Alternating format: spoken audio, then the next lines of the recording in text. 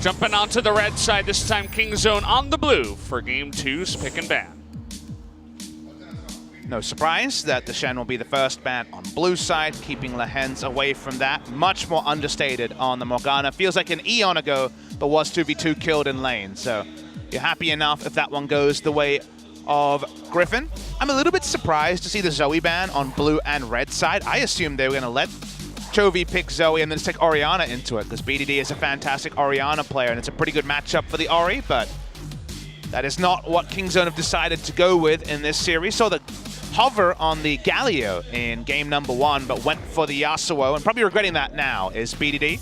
Final ban will be the Morgana. Now they're saying, hey, Lehens, you feeling like Alistar is the only pick you can go towards? Feels like Alistar Pyke might end up being the support duo on both sides of this game. Could be the matchup there. First pick here for Kingzone. Feels like the Nocturne priority is an all-time low for most teams. If Tarzan joins that group as Kingzone, don't need to first pick Swain. I don't think you care if Griffin pick up the Swain. They've shown that they are not strong on this pick. So if Kingzone just go for it though, because they've been practicing it, seems like they will. Looked like we got the zoom in on Prey as he gave the go-ahead. He's like, yep, give me that Swain. We're just gonna go for it first pick. You mentioned how the Nocturne priority is going down, but will they just pick it up anyway? It's still a strong pick in general. If played well, we didn't really see Cuz put on the star performance, but let's see what they decide to go for here first. It is going to be the Orianna hovered at the first pick. I'd like to see the Trundle as a takeaway pick from the Swain and Trundle duo, and just the Tarzan's amazing ability on this champion. He's a fantastic Trundle player, 7-0 coming into this one. Whatever Peanut picks, whether it's a Kindred for the matchup or a level 6 jungler, we'll see Tarzan adapt. So I'm happy to see the Trundle taken here.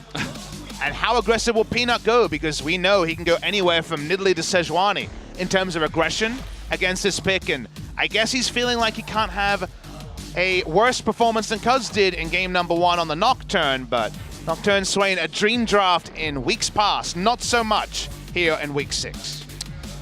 You mentioned the Alistar, kind of the third pick for Lehens, but just picking it away from him is, I think they might just have to pick support here because you don't want to have 2 more bans go into that kind of pool. Alistar will be locked in for Kingzone. Pyke doesn't feel fantastic, but it's the right pick into Alistar in terms of that matchup. However, bone skewering the Swain, the Alistar, or the Nocturne sounds terrible. Whoa. Gonna see it anyway is another amazing Lehen sign. Heart of a mother. How many of these are we gonna get? Wrong champion though. Good drawing though, fantastic. Heart of a mother is actually pretty good turn of phrase. You're thinking of Gorilla also in those sort of terms, you know, a real support player. Always there to keep Viper alive. But I will take the Pyke, despite it being not the best against the team comp, but because, well, Lehens doesn't have too many picks behind it. The Alistar and the resets could still happen. Going into the second phase, we're seeing some coverage bans for the mid lane Orianna. Orianna also, when it comes to the current meta, one of the few non-flex picks that's going on in League of Legends. Not going to see too many teams go for the bot lane Orianna that we see in China. Eventually a team in Korea will do it just because there's some validity to it, but it doesn't seem like that'll be today. LeBlanc so far. What will Prey make of this draft, and what will BDD? Because someone has to take the Swain. They go ahead and ban the Kennen once again. Makes you feel like maybe they want to go for some kind of tank top, something that can be denied by the Kennen. The Mundo is going to be left available unless banned by Kingzone here second. Also, the Darius left available. A lot of these strong picks still left available for the top lane based on all the focus in other lanes on the bans. Cho'Gath was taken in a pretty spot last time out. He wouldn't be the best ball carrier, so maybe the Cho'Gath priority a bit lower, but if you just want to pick for the lane matchup and have a tank, it's the safest choice of the available ones. But we could also leave counter pick for Sword to guarantee his matchup. The Ezreal priority, a new thing for Viper, but it's something that's very, very comfortable. Ezreal Pyke doesn't beg or believe, but it is safe. They both have escapes to be able to disengage from Alistar, Nocturne, and Swain. Will Prey finally play as Jhin? Because they could flex away the Swain, and Jhin would be really strong into this team comp that we see from Griffin. But there's no guarantee. The Kingzone have been playing it. They seem to be firming on it being a bot lane Swain, although the Vel'Koz has been in the marksman role as well. Looking for the final pick here from Griffin for top lane. The Jace undefeated on the year. It's a pretty squishy lineup. Boy. He's doing it. Blind pick into the top lane too. That definitely takes some balls. We'll see what Griffin want to do as Sword.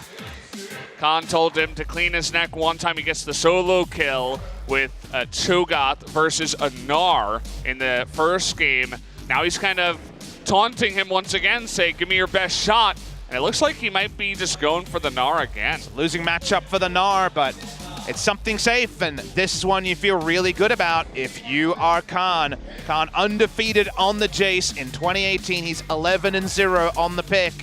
Legendary top laner was able to, let's say, have a free win against the top lane Karma from not ADD, in place of ADD, Maha, in the top lane a couple of days ago. That's going to be a lot of power on the top side that Tarzan will try to diffuse. See how Kingzone's going to be able to open up this game. Very different style of draft. 2 people, in fact 3 members, are going to be diving in. The Nocturne, the Swain, and the Alistar. The Jace and the Vel'Koz pretty strong in the Siege and also in the split push for the Jace. Whereas for Griffin, they first rounded Orianna, so you knew that team fights and scaling were what they were all about.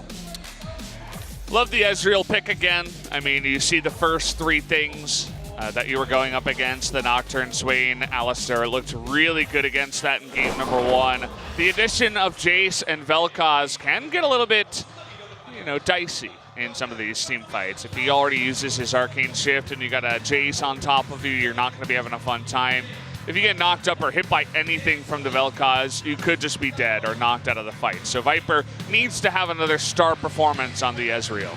Not that much backline threat from Griffin unless Sword gets in there, so theoretically it could be a big game for the BDD Vel'Koz. Kuro played really well until he made that big mistake on the Vel'Koz last time out. I'm just so excited about seeing the Jace here. It's not against MVP with a sub. This is against Griffin. Could be a big game for him, but Peanut not going to be that much of help before level 6. Well, guys, the game is ready. The countdown has started for game number 2. Let's jump into it now. Kingzone versus Griffin.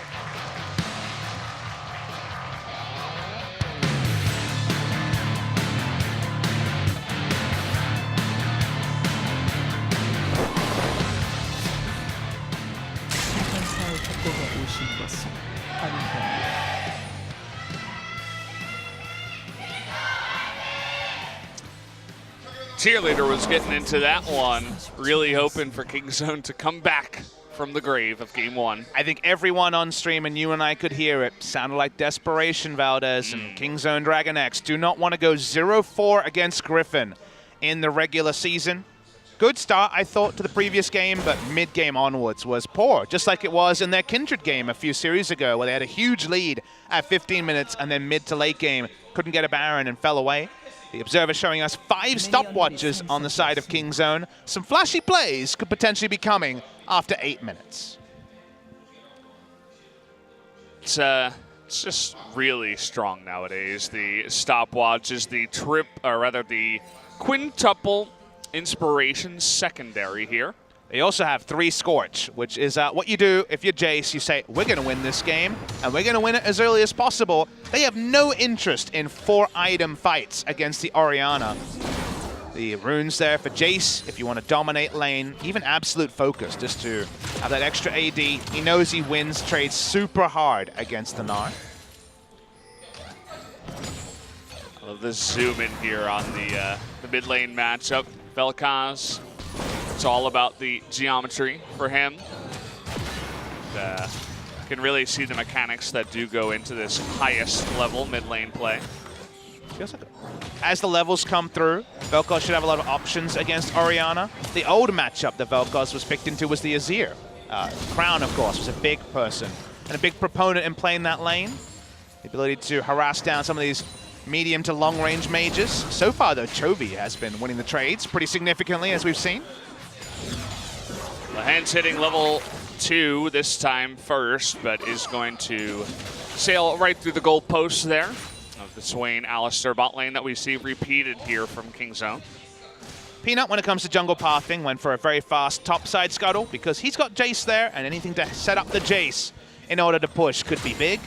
One thing we're not seeing from Kingzone that was pretty commonplace in their Jace games, especially in the Longzhu days, as that's a nice hit on the Tectonic Disruption, is no vertical jungling. We would often see Cuz and Peanut roll through, try to get as much vision topside as possible, take the top red buff, which is the red buff from Griffin, the blue buff on the side of Kingzone, and just allow the Jace to overextend. This is just a scuttle, so definitely not as severe in terms of that topside control.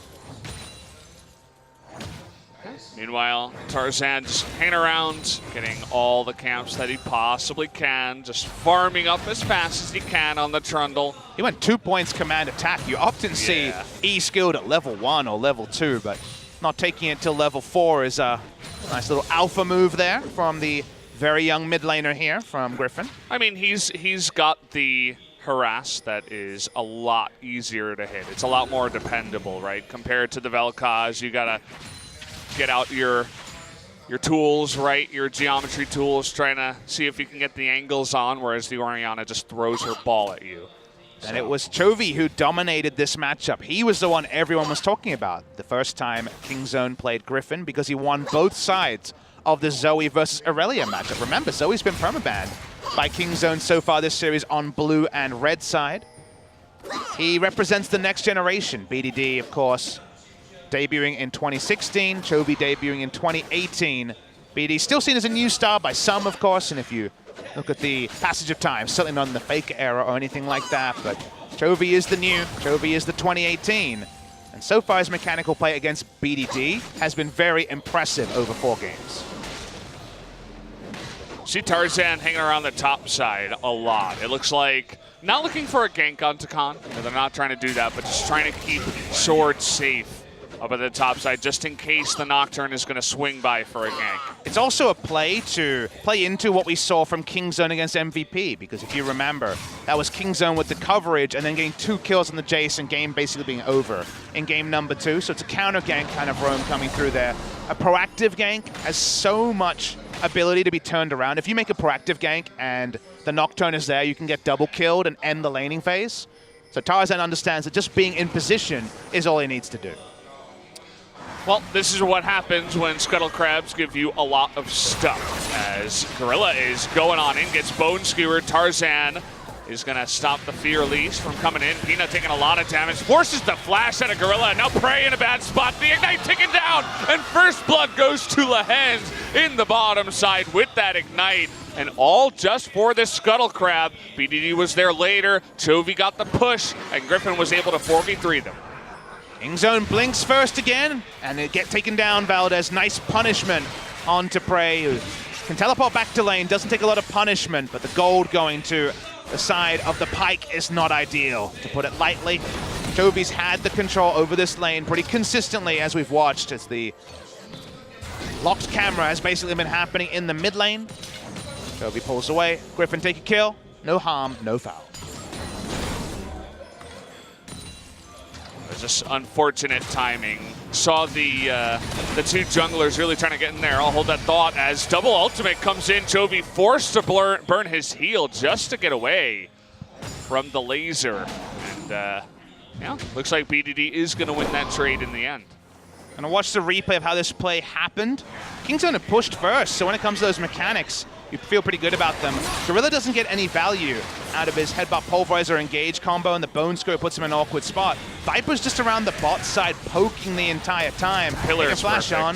The pillar, like you say, is great. There's no way for the Nocturne to respond. They just end up outnumbering, kind of to the surprise of Prey and Gorilla.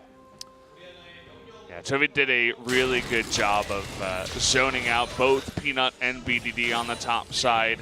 And just a little bit too far forward was Prey and Gorilla. They got trundled hardcore. It always feels really good when you get that pillar down in the perfect spot. And well, Tarzan, the 7-0 trundle here in Summer, is going to be really good at trundle pillars. I feel like people don't really know much about Tarzan. Of course, our global fans like to meme about him being Tarzaned, and there's Viper on the team as well, so the memes are real when it comes to some of the names on the side of Griffin. But when I did post that question about, okay, SKT fans, who do you want to see in the jungle? Tarzan was second name behind Score in terms of the dream choice. Very good at pathing, very good at understanding how to split the map. And he's always in the right spot for the counter gank. So far he's had a lot to celebrate as a player. Counter ganking at the moment once again. Remember, he's here for counter gank. He's not trying to get into the first most brush and set up a gank. No, he's only interested in being there to counter gank, because if he gets counter ganked, he knows they lose the 2v2, and thus the top laning phase may end for the entire game. It'll be a lot easier if the Paranoia comes in, Nocturne hops on, and runs straight into a Trundle, who could then just ult him and try to win the trade. He knew that Peanut was level 6. He was really waiting to set it up. But so far, no ganks to the top side from Peanut. He's just been farming his heart out outside of the fight that happened over that Scuttle Crab in the bottom side. And so far, no other action outside of that 1 kill down there in that river. To me, Peanut can play through mid this game. Definitely has a target on Chovy. If his flash is down, he's pretty easy to all in, as we saw from BDD, that from level 1 ult, you do quite a lot of damage with just the straight up ultimate. On the bot side, Gorilla gonna get skewered, but be just fine. I love the emphasis you put on that word. It's a cool word. You make it sound very gross. Vicious? I'm going for vicious. Skewer. I feel like there's some great wordplay in League of Legends, and also some like skill names that kind of suck. Tectonic Disruption, for example. It's nice. I think it's a pretty crappy name, to be honest. I don't know, I like it. You can't shout about it in a team fight. It's just too wordy. It's too long.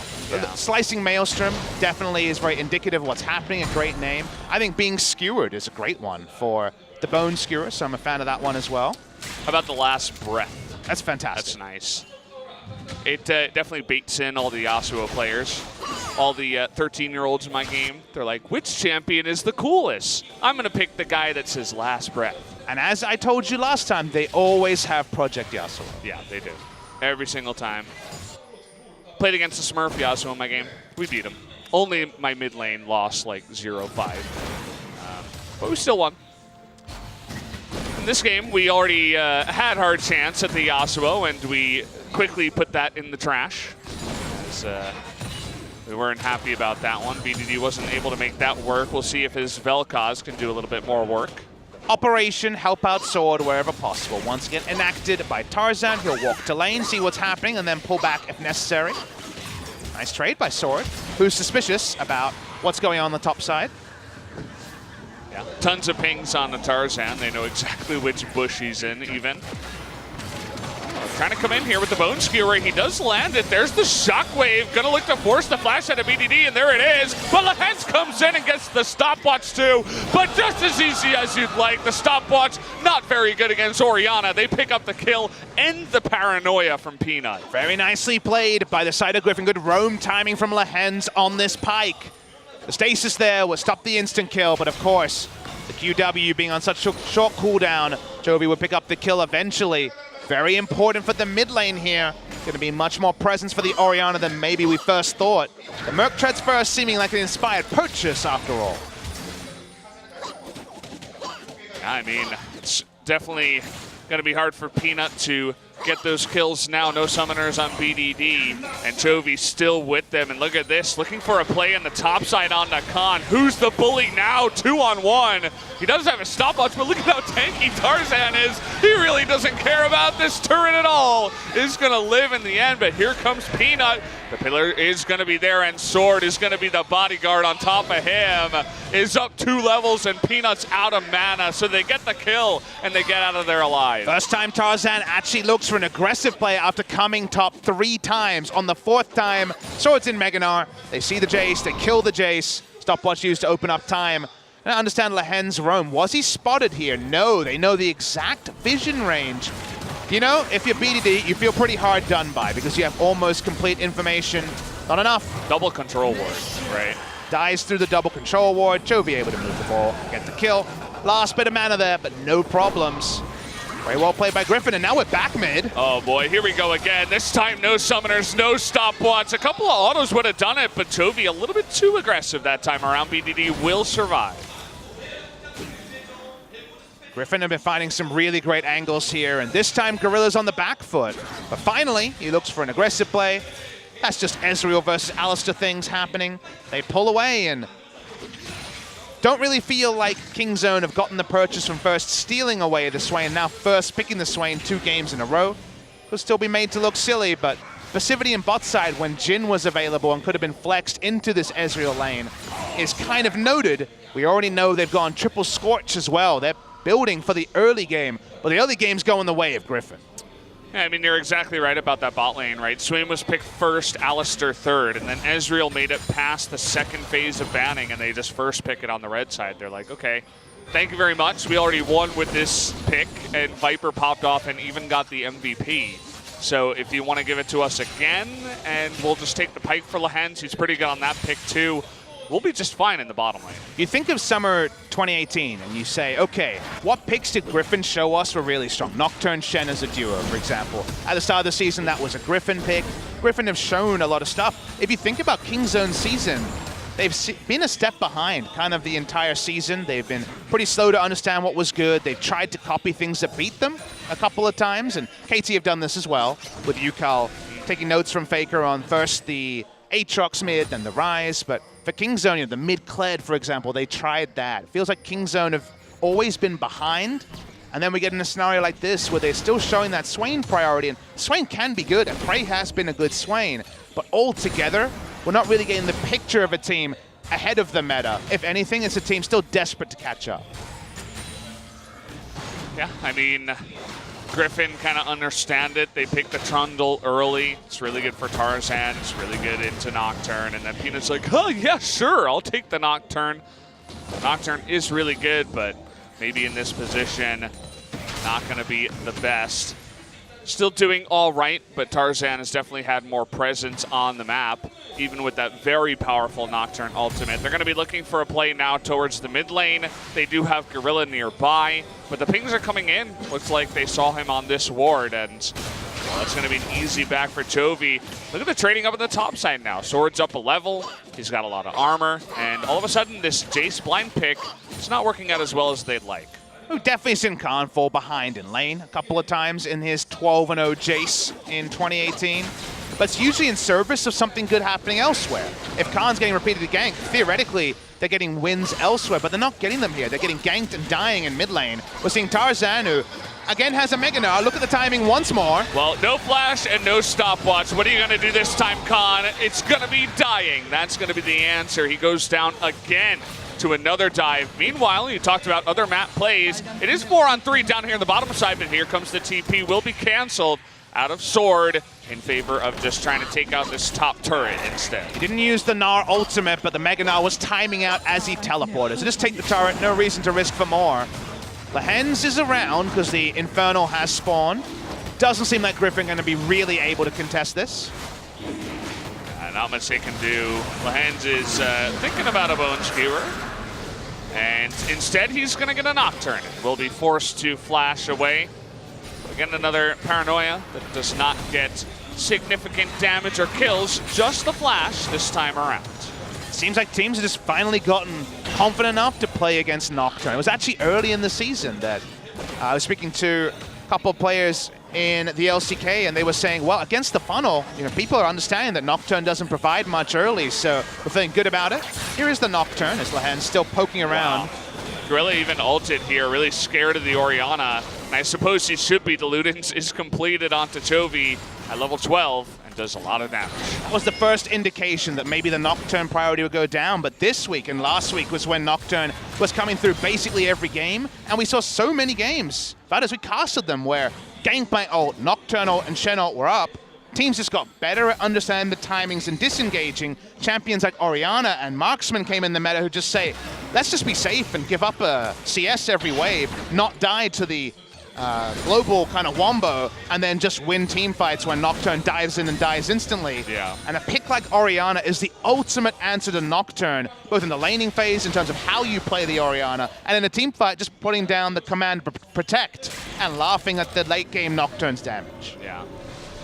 And the marksmen you mentioned, mainly Ezreal and Varus coming back in a big way. Varus can actually really burst you down. If he has support from a team to deal with the Nocturne in his face and he survives the paranoia, then it's like, well, I guess I just live and do amazing sustained damage in later game team fights. There's a third pick, Ashe, just to spot out the Nocturne so that he never even gets an ult off in the early to mid game. And while on a team fight, Ashe obviously does shudder a little bit when the paranoia is pressed.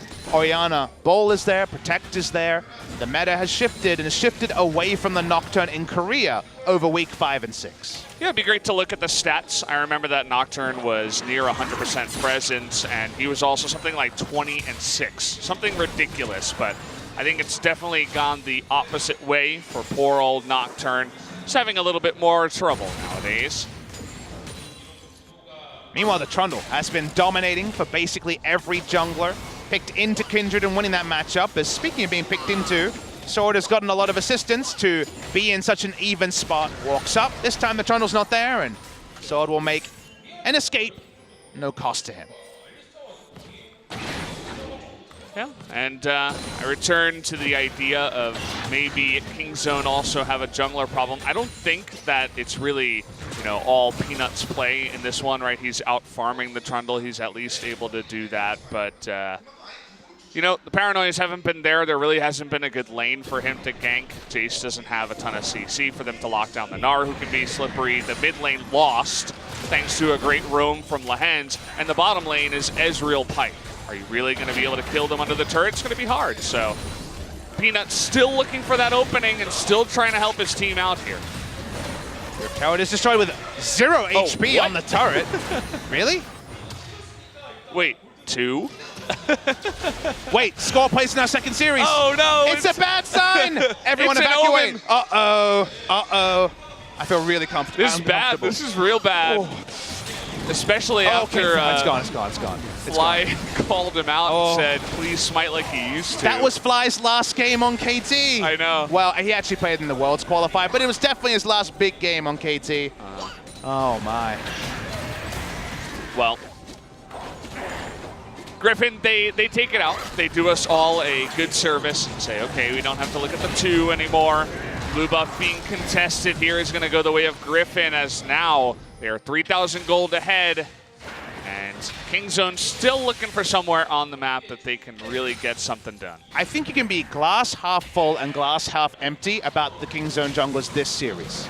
You can be glass half full and say, it's a drafting problem, their Nocturne priority is too high, and Griffin, as one of the best Nocturne teams, knows how to play against. That's glass half full, and you can kind of like wag your finger at someone that says that, but you can't shut it down. There is some validity to that. Yeah. But also, Peanut and Cuz are getting interchangeably swapped. That wasn't something that happened in spring. When we had so much Cuz at MSI, everyone was like, you know, why not sub in Cuz when Peanut has a bad game? I was like, because they never played him in spring season. He played like 4 games in the entire 18 best of 3s because Peanut was on such a great run of form. Now we are getting to that spot where there's not much to pick between the two, and there seems to be issues that haven't been revealed about why Peanut hasn't been able to gel as much in the summer season. Doesn't take any level of insight to know that he just hasn't been fitting. There's been a lot of desyncs that were certainly perfect sync in the spring season. So there's probably truth to both sides of the coin, but the Nocturne is the one that's the easiest to just throw to one side. The bigger Peanut issues will be more revealed in the best of 5s. I still think Kingzone makes top 5, but they're definitely going to have to fight and scrap their way to the final rather than just sit there like they usually do. Yeah, it's not going to be a very easy season. So far hasn't really been, especially against this team. They lost the last time around to Griffin 0-2, and this time it's kind of looking like that could happen again, as Griffin do have the handle on this game. Now, it's not a massive lead, but it is a very healthy lead, especially for how early on in the game we are here, 21 minutes. At least Kingzone are looking to secure their second Drake in a row, and it's a couple of very good ones. The Mountain and the Infernal are going to be very important for their team. Sword already in Mega Gnar, so if he's teleporting, it has to be soon. Seems like they're giving this one up. Just going to let this one go. Gorilla gets kind of close. looked like Griffin was thinking about engaging. Maybe they'll just take the fast track into the mid lane because Kingzone could not get there. Maybe try to do a little bit of damage to the inner turrets and open up a play towards Baron. You can already see the top tier 2 turret taking damage. And look at the positioning from Tarzan, rather. Looking to get on in there. Takes a lot of damage. Doesn't end up working out for him, but interesting idea, getting really aggressive in the jungle. Something you have to step back and take a pause over is Griffin are the ones who are not in the full court press, getting a defensive teleport out of Khan onto his inner turret. The Jace comp is the one that's being pushed in. The Triple Scorch comp is the one that's being pushed in. Most of Kingzone's wins with Jace, he wasn't actually getting double and triple kills and pulling off amazing plays. He actually had, you know, pretty low KDAs in a lot of the wins. It's because he would push and around the map good things would happen. Right now, around the map, they're losing in basically every quadrant other than the Drake takes, which have gone to Kingzone twice. And if Jace isn't able to 1v1 the Gnar, which he should be based on the matchup, item timings, etc., if he doesn't have the safety to push around, then we might, for once, not have a KR Jace. It might actually be the sort of Jace that loses every time, because we know that Jace from behind is a struggle. Definitely is. I mean, you look at this graph, and if you had no idea what kind of game it is, maybe you would assume that he's 4-0, but that's absolutely not the case. He does a lot of poke damage. His trades are phenomenal for the Jace, but it's just not effective, as the Gnar is able to survive, build up that armor, and win the lane in the end with the help of his trundle. Seeing Griffin just continue to wail around. Tarzan's proximity to the top side of the map, previously for the Gnar versus Jace matchup, and now just around Baron control, has been basically the dominant part. If we had the heat map, the heat would certainly be applied to that top side of Kingzone. Actually, a very interesting lane assignment now of Gnar versus Swain in the bot side because Khan doesn't have his teleport. Griffin as a whole just trying to take out all this inner vision on the blue side. And they've been pretty good about that. You think about running into the team of Griffin, it's very scary, right? There's a lot of CC, there's the pillar there, there's the Shockwave, Orianna. The burst damage from Shockwave, True Shot, Barrage can nearly one-shot anybody if you lock them down, which is something they can do. So they're threatening that at least right now, Griffin. And if you have map control as Orianna, Orianna gets those 4 items earlier, free farms, and then you kind of struggle to see how Griffin loses a true 5v5. They have a very solid 5v5 comp, very square comp if you know what I mean, where it's very clear where the positioning will be. And Kingzone, unless they can find a way to recreate, again, the Realm Warp play from Yukal that beat a comp like this, very tricky to see how they really put pressure on Griffin. There's a 60 CS lead, I guess 50 CS now lead for the Orianna in mid lane. Griffin is scaling up, the Jace comp is behind. It's already worrying times for Kingzone unless they can pull off the sort of assertive Baron play that allowed Griffin to propel forward game number 1. Try to go for it here. They have a Mountain Drake and an Infernal, and Jace. The Nocturne are going to be pretty fast at doing that, even if the Swain is kind of lacking here compared to a Marksman. But he's just been sitting here eating the waves. He's down 2 levels against the Gnar, just not letting the turret go down. He's been doing his job. And all of a sudden, they find a couple of members of Kingzone here in the bush.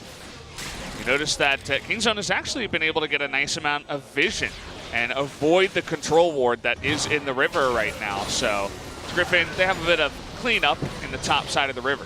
To me, the only way Kingzone win this game is if they get Baron. I think if they get Baron, everything falls into place. You still have a 250 CS Jace. Split pushing with Baron. Swain's lack of siege. Again, Baron makes up for that, and Vel'Koz good in a siege. With Baron, you understand how Kingzone get a big lead, but getting the Baron looks so hard. That's why Tarzan just keeps pathing topside, putting down control wards, and making sure that Kingzone doesn't have a vision lead around the Baron. That means they're never going to get the objective, and by the time they get rushed and say, okay, we have to fight now, Orianna could have 4 items. He's at 2.5 already. It's not going to be a high AP build, but a lot of survivability.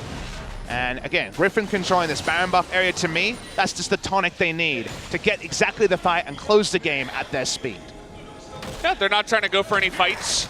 It might look a little bit boring, you know, if you're a fan here of Griffin, you're saying, you know, why don't they go for the fight? They're ahead. They don't want to fight. They're just sitting here and they're saying, hey, Orianna, farm up. We'll see if we can get any picks. Like I mentioned before, they have a nice amount of pick. And they're looking for Prey now. He's in so much trouble. He is able to flash away, though. And now the knockup trying to come on in here. Peanut going in onto Tarzan is not going to be effective. In the end, though, they do get the flash out of the swing. They get the teleport out of the Jace as well. So the tools are invested the side of Kingzone. All you get is flash from Tarzan, no more. Griffin will continue to push up this vision, look for the picks, and Prey's backline access that he couldn't get in game number 1, looking tricky with no flash now in game number 2. They're going to have to wait just a bit before they can get into that. The TP comes in, Prey is not there, and it looks like the Gnar is finally going to get that bottom turret. Sword held on to his teleport the entire time, could have used it at any moment, decides not to because knows that you can't fully engage, because at some point Kingzone are melee champions walking into the ball and they realize, okay, maybe we have to give up now. Jovi is level 16. Tarzan actually going to take the first Drake for Griffin. This is going to be the Infernal. No TP on the Jace means that lane assignment doesn't allow them to contest for the Infernal. So no big action happens, but Griffin get a little big buff here in terms of the Infernal. That's going to be really nice. Next one will be the Cloud Drake, which, you know, will be nice. Would have preferred the Infernal, but not half bad. Like the Stone Plate pickup from Tarzan, he knows he's going to be the one big frontliner. If Sword isn't there, he needs to survive to do that zoning and put enough pillars down. Let's be real. His job is to walk into a brush, maybe be face-checking the brush, not die, put down a pillar, and set up an Orianna ult. There's really nothing else he has to do. So he just needs to live for as long as possible, and the Stone Plate represents more effective health in a team fight. He builds a bit of CDR. He really is only a tool for Griffin to use, but his early game was so strong in terms of pathing. The fact that the 2 times he showed himself to the Jace is when they got the 2 kills, and yet he was there for counter gank every time. Kingzone can't even know that, is really all he had to do. And then at some point, you're just a Trundle, and you just do your job. You ult something, then you just troll around a little bit and try to put down a good pillar.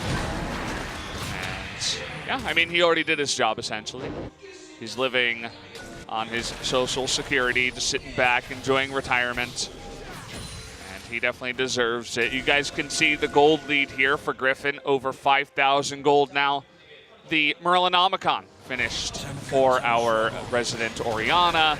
The Archangel staff is building up for the Ezreal too. This Griffin team is about to get even scarier. I think Sword is the only person, actually I think maybe all 10 players have had a stopwatch this game. Some of them have bought them, but there is a Guardian Angel and 4 stopwatches on the side of Griffin, and Kingzone started with 5. So yeah, turns out perfect timing is a pretty cool rune. It's a good rune. It's a good item. We see it a lot here in competitive play where, you know, 600 gold is not really a fantastic number to look at. So they're like, well, I'm going to build into some kind of item that needs this stopwatch, and it's really effective in mid-game team fights. So might as well just pick that up instead of, say, Ruby Crystal, and you have 200 gold left, something like that. So it's very, very common, and it's amazing, that stopwatch. And right now, because of the pace of the game we were talking about, where it's been coverage jungling from Tarzan, there's 90 lane CS to the advantage of Griffin. The only thing that's sparing Kingzone is that Peanut is up in jungle farm, but there's just been 90 creeps that died to turrets that Kingzone couldn't get access to because their map control with a Jace who was behind, and a Nocturne who hasn't been able to find any value out of the paranoia, has just allowed Griffin to hard farm their way to this point we always talk about. Orianna close to 4 items, and well, we're just starting the Baron apparently for Griffin. There are pings though, they know about this. They saw them go over somehow, or at least they do have the suspicion. Here comes Gorilla, but all of a sudden a pillar to the face, and now Gorilla is going to be in a weird spot. Did have to use his ultimate, is looking for the engage now, is going to mess up the combo. Wasn't sure if he wanted to stick around there any longer anyway, as he is on his way out. Sword was diving bottom turret at the same time. 3 levels up on Prey. This is the lane assignment Kingzone have to use because Khan still doesn't have his teleport. He's tried to get someone to face check. It's the Alistair. They get a bit out of him, not the flash, crucially. But they'll take it. Tarzan already comically tanky, as we know.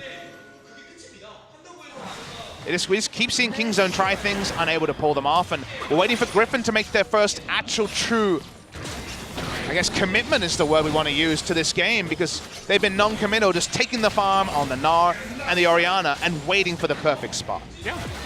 They're just waiting. You know, Kingzone in their own right aren't really making any big mistakes, but that does mean because of the game plan of Griffin that the game just goes on. Nobody dies, no objectives get taken really. And we're going to be at a point here where Seraphs is going to be completed for Viper. Orianna is looking at probably the Death Cap as her 4th item, almost definitely. And it's going to be extremely scary. You'll notice BDD, after getting the Phoenix Codex, actually went straight into damage. So no kind of, you know, Zhonya's being picked up, no Banshee Veil or anything like that. He just wants that pure damage output from behind. Look, he would love a stopwatch, but of course the stopwatch is broken already. He'd love a stopwatch because he can't afford to spend 3,000 plus gold on stasis. He needs to get stasis and damage because this game is not going to be, oh, I have Zhonya so I can stasis every fight. It's going to be one fight and over. This game is going to be decided in a single fight almost 100%, and he knows that because nothing has happened in terms of champion damage for the better part of 15 minutes. So he has to go damage. Griffin have been able to go a bit of both. Banshee Veil complete onto Chovy, for example.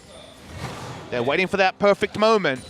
I know we're close to it, but I'm not sure exactly when it will come. Kingzone on the blue side have a much easier way of getting in, checking the Baron. They can put their 3 control wards in this triangle, but the pillar is really fantastic. Gorilla this time around, he does have his ultimate, but the Bone Spear comes in and double flash away from the shockwave. That was the first big one we've seen in a team fight outside of the ganks in the mid lane. Once again, nobody in the bottom side at the same time, so Sword just picks up a turret. And that's what we call value, not the turret necessarily even. That's of course the bonus, but 2 flashes on the face checkers is pretty damn good for an Orianna Shockwave. That's going to be up in 20 seconds. Yeah, it gets really short at this point.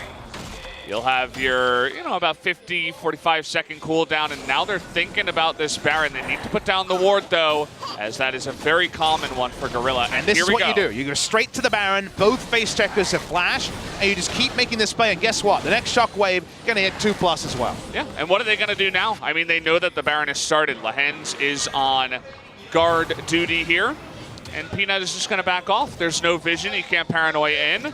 He doesn't have his flash either, so he can't face check. Gorilla tries to come over here, but it's too late. Nocturne ultimate is used, and for what reason, really? They're not able to stop it. He can't get in, and the Baron will go to Griffin. A combination of Griffin playing the macro perfectly and Kingzone's recent struggles is, if you told me they were playing without comms, without headsets, I'd probably believe you. The ultimate's used far too late there. They had to know they got the global marker as the ultimate was being pressed. Being dictated to is Kingzone DragonX, and it's going to be an inner turret easily picked up by Griffin.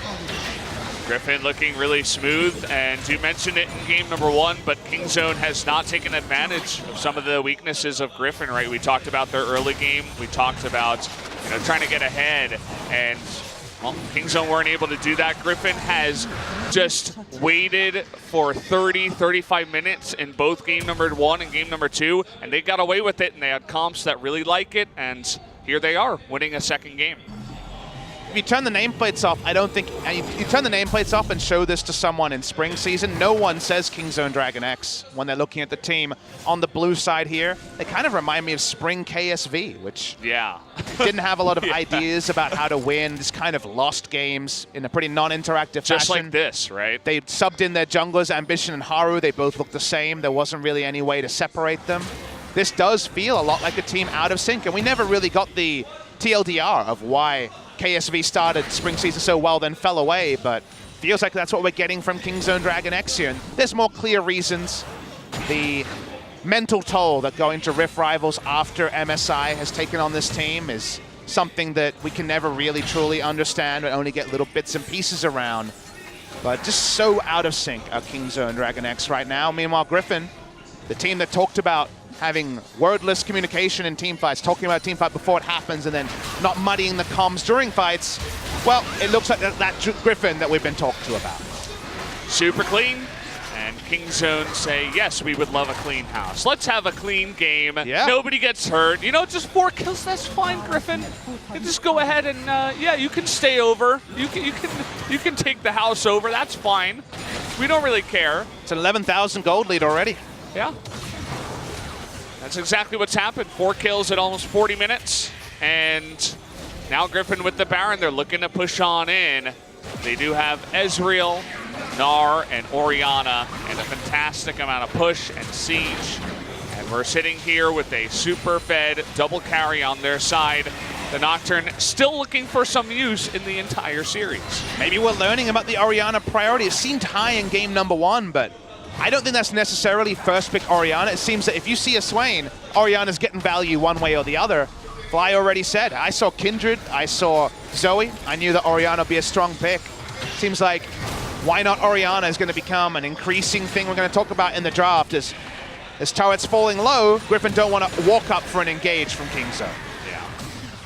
And that kind of thing always does happen, especially with more and more patches. Teams begin to figure out the new meta, and then eventually a couple of picks come in where you're like, oh, that's actually perfect against what's in the meta right now, and it changes everything up. Well, I think we'll definitely see some questions about the priority on some picks, like the Orianna we mentioned, the Nocturne as well. We'll see where everything lands. We've seen Gnar come back in a big way as well to deal with stuff like Mundo. Look at Viper just 1v1ing Peanut. The Hen's trying to go in there and get the kill in the end. Is going to miss, but at least he does get the flash out of BDD. And, well, Griffin, they're just taking what's theirs at this point. And there's nothing Kingzone can do. They've tried pressing their buttons before. They don't do anything together. And thus, with Griffin always ready to kite back, they're not able to engage, they're outranged, everything goes down. Nice side wave control is going to be a small headache for Griffin, but they have teleport on Viper and Sword. They'll get there eventually. And Griffin, if they end this game 4-0, it won't be a perfect game. There was 1 turret taken, but for a game that was going to definitely defy the critics one way or the other, I definitely looked at this game and said, if Griffin loses, I think the hype train is derailed. Because they'd be 1-3 in the second round robin, and multiple teams would have been able to recreate what KT did and take them down. This is the Griffin hype train once again coming up, but not necessarily answering what KT did to them. They haven't been dictated to in the early game. They've once again got an easy early game where they haven't had to do much, and then everything fell into place. We know that now about Griffin, but you got to work on your early game and your red buff control if you want to beat Griffin, and Kingzone haven't done that, Valdez. Kingzone are not good enough in the early game to punish Griffin. No, they're not. They need a good early game themselves, and, well, they were dictated to by Griffin. It's part of the reason why we definitely have discussed this before, you and I, Papa, where Griffin in a best-of-5 against a team that has a lot of time to study them, and maybe a team like KT or even Gen G, who's been a lot more aggressive early on here in the summer. I think against those teams, maybe Griffin just falls apart. Maybe those teams just figure them out in a way and dissect them and are able to destroy them in a best-of-5. But in a best-of-3 series like this, where Kingzone absolutely do not have them figured out, it looks like Griffin are the best team in the world. I think you have a very good, clean point there, and I hate making predictions around it because we can't know. Like, if you think of Gen G versus Griffin, you think, well, I mean, then Griffin gets the late game because Gen G's pretty slow, even if they're ordered in the early game, and then they just win late game because Griffin are the late game teamfight gods. But ambition in the lineup, that was also the Gen G, I guess, Samsung Galaxy way in the past. Even though we're pushing into inhibitors, we're not talking about the game very much because right now nothing's really happening. Don't think Kingzone are going to feel strong enough to make an engage, but there's a lot of level 18s. You got to do it eventually. I feel like Gen G, as you say, with the research time, will pull off the strategies they did to deny KT 2 years in a row and just surprise them. Maybe Cuvée has the perfect pick, Sword goes down, and they win from that. But if that doesn't happen, if it is very equal pick spans, we're going to get a 5-match series for sure. Well, the push is coming in. This is just about what you would expect, right? 14,000 gold ahead now as Griffin. The Swain is looking useless as ever. We talked about priority. That will definitely be another one that could be looked at as it seems like there are more counter picks than we really originally realized, as he cannot get in range of this team. He has to flash away rather than flashing forward and getting his 5-man ultimate, sucking the life of everybody. And that's going to be the third inhibitor that goes down the TP over towards the Baron. Griffin, they're looking for 2 more objectives and a second win. Oh boy. I'm just imagining being Kingzone players in this moment, watching 3 inhibitors go down. You got Nocturne ultimate, you got an Alistar with flash up, but there's nothing you can do. You know if you go in, you lose.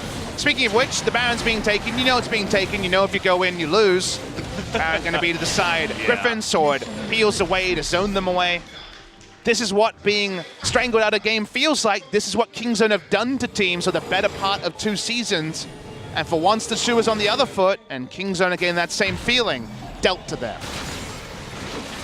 Griffin fans should be happy, right? If you were on the Griffin hype train and then you were a little bit dissatisfied for their 2 losses against Afrika and KT, which those 2 teams, by the way, did dissect Griffin and kind of, take them apart, especially Afrika, where Griffin was trying some stuff with the funnel. It was kind of weird, and then KT once again take the win.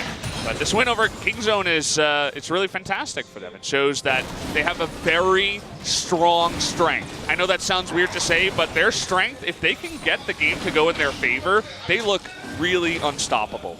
Scariest thing for me is that Kingzone in this game drafts a comp that fits into that KT mantle. They got the Jace this time, baby. They went 3 times Scorch, tried to dominate lane, but they never got anything done with the Nocturne jungle priority maybe being off. Maybe that's the reason, but the Nocturne can't make the practice plays. No plays happen, and Griffin outscale them anyway. So they're definitely taking a nod from KT's game plan of early aggression in terms of the pick ban, but the execution, not so much. Gorilla's trying to go for a flank over here. The pillar's going to be on the door of the base, actually. Tarzan with the stone plate, doesn't care about anything. Trying to get the stun here on a Gorilla. Paranoia, look at the back line as Snar is just going ham. Is going to get the GA and hops out of there. Gorilla's going to go down 2. And Kingzone from so far behind. The Ray comes in, but Lens is there to stun him down 2. And that's just going to be it. 5 mans on 1 as 4 kills come through. The double kill for Chovy's Orianna. And the result we all expected comes through eventually. 2-0 for Griffin tonight over Kingzone. Griffin end the regular season 4-0 against Kingzone and Valdez. It was not close in any of those 4 games. Kingzone, DragonX, not good enough to execute on the Jace draft this time. 12-1 now on 2018 is the Jace pick for Khan. Griffin very controlled, basically a perfect game. 1 turret is all that separated them from a perfect game. And at every point it was ordered. At every point they made the right decision. And they even removed decisions from Kingzone. There was nothing they could do for the better part of the last 20 minutes. And while some people will say boring, I'm impressed by just how robust Griffin's game plan was. This man on your screen, Tarzan, was a monster in the early game and a fairly bloodless monster. The way that he ensured there was no chance Narg could lose the lane at any point. He was there for the 2 turret dive kills they picked up and was there to counter gank 3 times before any action happened. He was a man on a mission. That mission was, my Gnar is not going to get beaten by Khan's Jace. Yeah, it raises questions about who is going to be the MVP from Game 2. I think Tarzan is definitely the guy you would have to look towards, right? Chovy's Orianna, it was flashy, just like Ezreal in the first game. Viper picks up that one, but this guy is an outstanding jungler. Sometimes it's hard to see. 8 games of Trundle, it's not the most fun champion, not the most flashy one, but he's still undefeated, 8-0 now, and he gets the job done. That's all you can say about this guy. And at some point, you have to start picking Sejuani and Zac into it, because the Kindred certainly hasn't worked. He's been able to outpath every Kindred. The Nidalee pick was available, but of course, why not go Kindred if you're going to go for the Nidalee? Clean game from the side of Griffin. A bloodless game, no deaths come in. Prey made the single big mistake in the early game, and then from there, BDD not using his flash at any point here. Thought he would live, but by the time he uses it, would go down one way or the other. Yeah, I mean, when you have heal, flash, and stopwatch, you feel like you're unkillable, but it is the Orianna, and this is the first of the dives onto Colin. The Trundle just tanky enough to Ignore the damage from Jace. He does it again a second time around when Khan has even less health and Tarzan is even more tanky and makes it look even easier. You can learn so much about competitive jungling by watching Tarzan, specifically on the Trundle. Trundle is all about where you are on the map. He doesn't have a big CC ability. His pillar can be situationally strong, but he's there in every situation. The situation when he's on the screen is good things are going to happen from my team. That team is Griffin. Very easy closeout. Obviously a big gap in timestamps here because nothing happens in terms of action between the two replays. But Griffin win 2-0, and that means they are the first team to move to 10 match wins. Remember, no team in the LCK has failed to make playoffs at 11 match wins. 10 usually gets you there, 11 is guaranteed. One more match win as their schedule gets easier, they will reach 11. Yeah, it definitely does feel like Griffin is going to be making playoffs at this rate. They'd have to have a just awful kind of second round here after this win tonight. And really the question is, can they overcome some of the other teams which seem to have their number, right? KT has done it twice. Afrika has done it once. Gen.G certainly seemed like a really smart team that can do it as well. That's really the question for me. I want to see them actually be able to pull it off against Gen.G a second time. And if they can do that, then, well, Griffin could be ending up in this season in the first place spot and already into finals. Where will Kingzone DragonX, our two-time back-to-back champions, end this season? Is increasingly becoming 5th, 4th, 6th when it comes to those spots because top 3 seems impossible. Tarzan is your well-deserving MVP. Wonderful performance from him. Clearly a smart jungler. Clearly a lot of teams could learn from him. Effective ganks are 2. His kill participation is 75%. But what he did to that top lane is the sort of thing that statistics can't show. Yep, 9% damage percentage isn't going to show that, of course. I'm going to hand it over to Ji-Sun. We will hear from these two members. Thank you very much. This is Ji-Sun with your interview translations, and today we're joined by Viper and Tarzan from Griffin. So today's match could have been a little bit of a pressure for you guys. So how do you guys feel right now?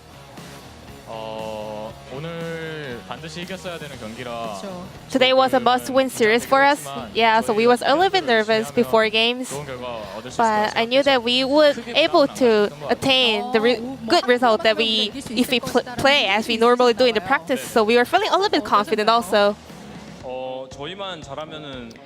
If we just stick to our own plays, I knew that we were gonna win. Yeah, if we just don't make mistakes, I knew that we were gonna win against Kingzone. So are you satisfied with your play today? Well, in the first game, I actually died out once because I was a little bit hyped near the dragon. So that was my only mistake in the first game. 그렇습니다. 정말 1, 2세트에서 모두 또 활약을 해주셨고 바이퍼 선수도 뒤쪽에서 그 이즈리얼로 계속해서 Viper, you put a lot of damage on Ezreal today. 사실 근데 바이퍼 선수가 B1딜 However, I thought you prefer non-ADC champs, but today you played only Ezreal. 네, 오늘 이즈리얼을 꺼내게 What was the reason for that? 우선 이즈리얼이 되게 성장만 잘할 수 있으면 Well, 제 역할을 해줄 수 있는 원딜 중 하나라서 Ezreal is a really good ADC champion if you just get fed well. 팀도 아마 이즈리얼을 And I was also feeling like Kingzone would be also wanting to play Ezreal, so it would be safer if we play Ezreal on our side. 그래서 한번 해봤어요. 근데 2세트에서 또 한 번 꺼내신 걸 보니까 1세트에서 So you also played it in second set. So did you feel like you were satisfied with your own play? Yeah, and plus Ezreal is a really good champion against Swain in bot lane. 이전 인터뷰에서 두 선수 알고 계셨나 모르겠어요. 그냥 And your head coach CV Max said every single match in LCK is so exciting, and he's got so many things to learn from every single match. So as a pro player, what about you? Are you guys enjoying the match, or the fact that you guys have to remain the first place as some kind of pressure to you guys? 1위를 지키고 싶다는 생각이 되게 많이 들어요. Yeah, I really want to remain this first place. 그러면 감독님이 말씀하신 것처럼 마냥 즐기면서 재밌게 So are you guys enjoying the games, or is it kind of a pressure for you guys? 연습은 일단은 네, 집중해서 Well, we're just trying our best during the practice games. 그래도 연습할 때는 연습하고 그 평소에 지낼 때는 But except for the practices or the matches, yeah, I think we are enjoying this life as an LCK player. 알겠습니다. 자, 이렇게 이제 1, 2세트에서 정말 멋진 장면을 보여주신 두 선수와 함께하기 때문에 또 민철에서 So we have 그 장면도 봐야 되잖아요. highlights to go through, right? 일단 1세트 때 좀 So in the game 1, 모르가나 블랙쉴드 빠졌을 때를 노려가지고 when Morgana's Black Shield was down, you took that they took that Morgana. 그 원래는 주도권을 가지고 이즈리얼 모르가나가 상대방을 압박하는 Well, 이런 구도를 I 원했을 thought that Ezreal and Morgana should have laning priority, but it was a mistake, right? 언제든 죽을 수 있을 것 같아서 네. Well, I actually felt like we were really close to dying during the laning phase, but I just didn't tell him. And then he just died when he got no shield. 거리를 주면 안 되는데 We shouldn't just well, he shouldn't have let Alistar to put his combo down on her, but it was his mistake. But I wasn't really that much worried. I just concentrated on my own play. 관련이 없다라는 마인드로 좀 넘기신 것 같아요. 아 그런데 좀 네. 관련이 있더라고요. 관련이 있어요. 그것 네. 때문에 좀 But because of that, 힘들어진 것 같기도 the game went a little bit more 그리고 difficult. 저는 그 와중에 사실 그렇게 경기가 좀 넘어가면 상대방 미드 정글이 바텀 쪽을 압박하면서 So yeah, 이즈리얼 in the early 모르가나가 games, 폭파당하는 이런 장면이 I think 나올 수 Kingston 있는데 had a little bit more 중간에 leading 기점을 factors, 탈리아로 but 또 타잔 선수가 Tarzan, you did so much work on Talia. 그 득점 자체를 못하게 원천 봉쇄를 하는 장면이 나왔습니다. 저는 거기서 좀 감명을 So there was a most impressive play on the first set. 발빠르게 움직이고 자신 팀의 실점이 될 만한 곳에 미리 So 배치가 you were 되는 always one step earlier in every single team fights or skirmishes. So 신내림이라도 what's the 있는 trick 건가요? for that? 아니, 네, 이렇게 막 말씀 좀 do you just have a good sense? 일단 롤을 랭겜에서 쌓은 데이터랑 Well, this is all based on all the plays from solo queues and during the practice games. So I have this feeling like where the opponent will be. 그리고 그러면 이어서 Moving on. 상대방을 한번 몰아내고 또 고릴라 선수의 알리스타를 잡아내는 You guys took down Alistar and the Drake. So let's check out the clips first. 앞에서의 알리스타를 잡아내는 모습. 여기서 네 틀어주세요. 움직여라. 너무나 멋진 It's not 플레이여서 moving. 잠깐 지금 네 컴퓨터도 잠깐 멈췄어. 네. 볼까요? 네. 네 다시요. 우리 타잔 Once 선수 more? 보라고. 네. 다시 한번 볼게요. 자 이런 식으로 데미지를 거의 풀딜을 So you 넣으면서 have put a lot of damage. 계속 쫓아가면서 득점을 만드는 And the rest of the Griffin players were able to take him down. 어떻게 이런 판단을 할 수 있었는지 일단 타잔 So whose decision was that? 운 좋게 용 안으로 들어오는 알리스타가 시야에 보여. We were lucky to see him in our vision. 와드 용 뒤 벽에 와드 박으러 오겠다 생각하고. So we thought that he was gonna come to place ward near the Drake. So we were just waiting for him. 빠르게 움직여가지고 좀 네, 키를 캐치해내는 이런 모습이 있었는데 이때 이러면 좀 아 나 좀 풀렸다 이런 생각하셨나요? 좀 많이 안 좋았어요. So what did you feel when you picked up that kill? 모르가나가 죽고 시작하는 바람에 After my support died at first, we had a little bit of a hard time. But yeah, I think I got paid off at that moment. 그리고 이제 제가 다음 장면 또 궁금한 점은 상대방이 바텀 쪽을 네. 노릴 때 이 오히려 And the next question is that, well, the Kingston was trying to take down Gnar on bot lane, but you guys were trying to focus and choke us on top lanes. 그때 콜은 좀 어땠나요? So what kind of call went back and forth at that moment? 그냥 일단 녹턴이 보 쪽에 궁 썼다고 생각하고. We thought that Nocturne has used its ultimate on bot lane, so yeah, we thought like we should try something on top lane. 궁에 안 보여가지고 녹턴 공이 끝나는데 갑자기 And 초가스가 있길래. we actually didn't have vision first, but we saw Cho'Gath, so we just opened the team fight. 그리핀의 특징이 확연히 드러나는 게 계속 이제 뭐랄까 싸움을 좋아하는 것 같아요. I think all the Griffin players really like to open fights. 굳이 열어서 Very 싸움을 aggressive. 만들어내고 거기서 꼭 키를 가져가겠다는 And 의지가 always 있는 ending up 거거든요. picking up kills. 네, 그리고 타잔 선수의 뭐 최고의 CC는 적은 피다라는 걸 증명하듯이 리엔즈 선수와 함께 And 상대방을 all the players were so eager to take you down with very low health, and you guys were able to turn the game around at that moment. 바이퍼 선수와 타잔 선수를 칭찬할 수밖에 없는 것 같고 이때 좀 승기를 예감했나요? 아니면 다른 So, 장면에서 did you guys feel like you were gonna close out the game at that moment?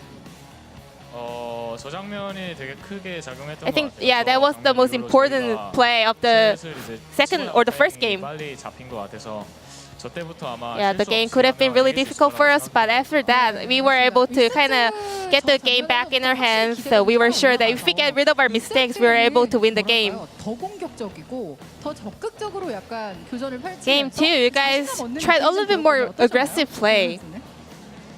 네, 일단은 저희는 뭐 첫판 영향 안 받고 그냥 다시 Yeah, we just trying not to get affected by the first game, so we just focus solely on our own plays. 궁금해하시는 것들이 이제 뭐 한타에 대한 장면들 워낙 강렬하니까요. 한타를 너무너무 잘하고 And you guys are so good at team 이게 다 fights. 연습이 되어져서 이제 Is it 나오는 all 거 아니면 practiced, or you guys 최소한도 make really 느끼는데 delicate calls? 그런 건가요? 누군가 한 명이 주도적으로 한타를 좀 주도하는 편인가요? So what is the main factor for doing team fights so well? 되게 저희는 그냥 유동적으로 I think it differs every time. 따라주고 When someone makes a call, we just want to follow up. 명이 같은 And when a different situation occurs, we just want to always make a good cover plays.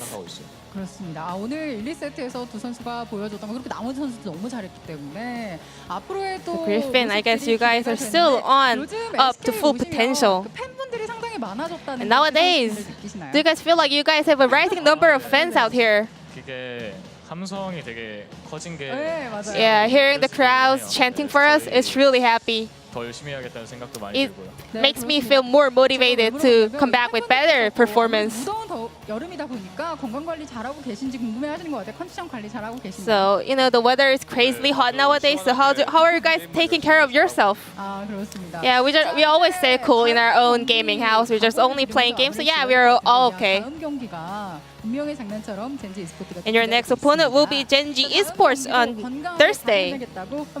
So is there any last message regarding your upcoming match?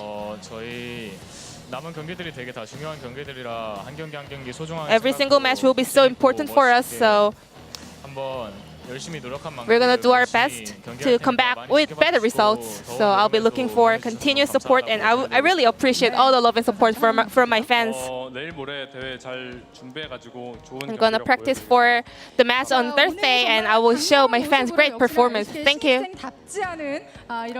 So this will be the end of the interview with Viper and Tarzan from Griffin, and I will pass it back to our casters. Thank you.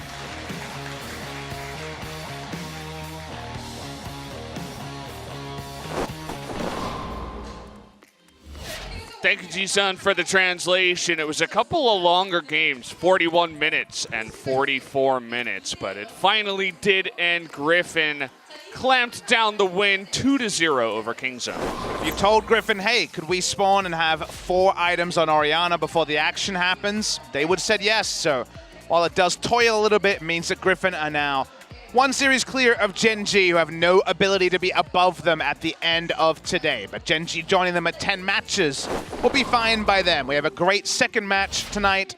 We'll have Genji versus KT, so another battle of the teams around the top. But for our first match, to sign it off, big win for Griffin. Really solid play. The Orianna priority, I think it's going to be a preview. And good news for you guys, because the games are a bit longer. Usually after a 2-0, could be an hour, could be longer. About 25 minutes or so is the break today. It's not bad, you know. It's just a tiny bit longer than, let's say, a 2-1 victory. So we'll be back here with Genji versus KT. Griffin get the win.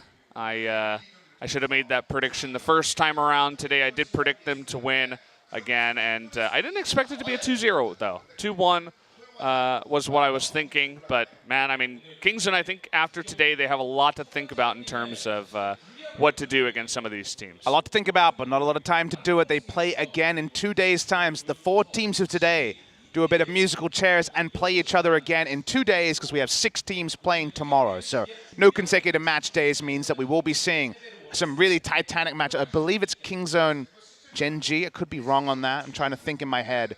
No, it'll be Genji Griffin, so it'll have to be Kingzone KT in 2 days' time. So that's definitely not an easy opposition to back up, and KT knows exactly what KT wants to do. Sadly for Kingzone, I don't really think they know what their strongest 5 champions are. If they had to play blind pick, I don't know if they'd be on the same page. Yeah, KT definitely a team to kind of take over the game and play their own game. Sometimes that game is, you know, falling off a roller coaster. So could be good for Kingzone if KT's having a bad day, but at least for KT fans, you know that it was their fault, whether they won or lost. So that's always good for them. Good to hear again from Griffin. Again, now they're 2-2 in the second round robin.